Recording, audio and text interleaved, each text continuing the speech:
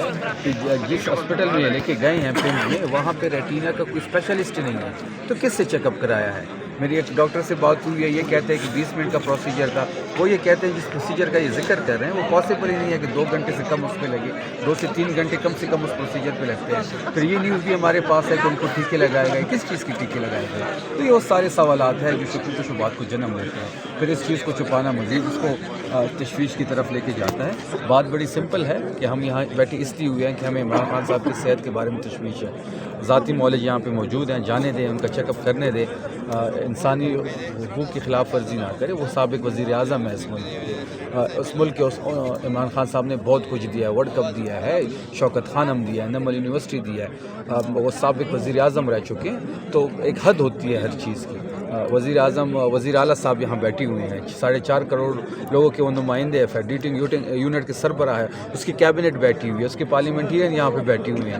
یہ کس طرف ملک کو لے کے جا رہے ہیں؟ ہم تصادم نہیں چاہتے، ہم چاہتے ہیں کہ عمران خان صاحب کے صحت کے بارے میں جو ہمیں تشویش ہے اس کو کلیئر کیا۔ اچھا، سہیل افریدی صاحب ایک تو یہاں اڈیالہ جیل پہنچے ہوئے ہیں، پھر اتوار کا انہوں نے جو گرینڈ جرگے کا بھی اعلان کیا ہوا ہے، تو سہیل افریدی کن کن محاذ پہ مقابلہ کریں گے؟ یہ ڈیوائیڈ نہیں ہو جائے گا یہ ساری صورتحال میں؟ دیکھیے، جو ہماری ایک نرسری ہے نا ISF کی، جس سے ہم سب ہو کے یہاں تک پہنچے ہیں، اس میں بڑی انرجی ہے، وہ بالکل آپ دیکھ رہے ہوں گے وہ نان سٹاپ لگا ہوا ہے، اس نے آج تک کوئی چھٹی نہیں کی۔ وہ آپ کو اسٹریٹ موومنٹ میں نظر آتا ہے، اگلے دن وہ 9 بجے دوبارہ میٹنگز میں بیٹھا ہوتا ہے، اس سے جب نکلتا ہے دوبارہ جب تیراج جاتا ہے فیسیلیٹیشن سینٹر کے دورے کرتا ہے تو اسی شام اسی رات کو 8 بجے پھر کسی میٹنگ میں بیٹھا ہوتا ہے۔ اس کا اسٹیمنا اللہ سلامت رکھے، وہ بہترین کام کر رہا ہے، وہ ہر محاذ پہ لڑ رہا ہے، پارٹی کے لیے بھی، تحریک کے لیے بھی، عمران خان کے لیے بھی اور صوبے کے لیے بھی۔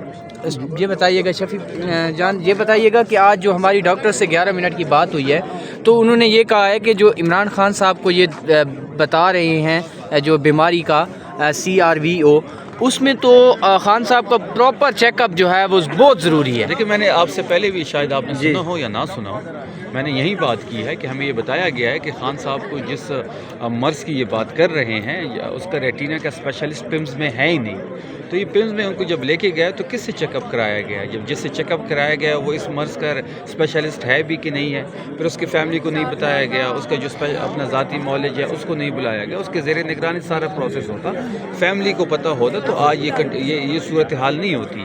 پہلے یہ انکار کرتے رہے 4 دن، پھر 5ویں دن انہوں نے تصدیق کر دی، تو چھپانے کی کیا وجہ بنتی ہے؟ اس صورتحال کا جو ذمہ دار ہے وہ موجودہ حکومت ہے۔ یہاں تک بات آئی کیوں؟ خان صاحب کی صحت کے حوالے سے اگر 3 چیک اپس ہوئے تو کیوں فیملی کو نہیں بتایا گیا؟ تو یہ سارے سوالات اس وقت پاکستانی قوم کر رہی ہے اور سارا تماشا پاکستانی قوم دیکھ رہی ہے۔ سر، آپ کے 4 آپشنز تھے، اس میں سے 2 آپ نے تو یوٹیلائز کر لی، اب 2 کون سے ایسے ہیں جن کو قوم میں دیکھے؟ آپ شاید خٹک صاحب کہتے ہیں 4 آپشنز ہیں، کل سپریم کورٹ جائیں گے، آج دھرنا دیں گے، اور 2 ایسے ہیں جس پہ قوم تیار رہے اور ہم لوگ جو ہے وہ آپ سے کچھ دیر بعد وہ اناؤنس کریں گے CM صاحب۔ لائم ہم 9 بجے صبح دیں گے، CM صاحب اناؤنس کریں گے۔